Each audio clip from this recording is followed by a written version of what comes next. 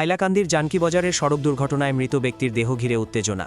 জাতীয় সড়ক অবরোধে নামলেন ক্ষুব্ধ জনতা। প্রায় 1 ঘণ্টা অবরোধ চলায় সম্পূর্ণ ব্যাহত হয় যান চলাচল, আটকে পড়ে বহু যানবাহন।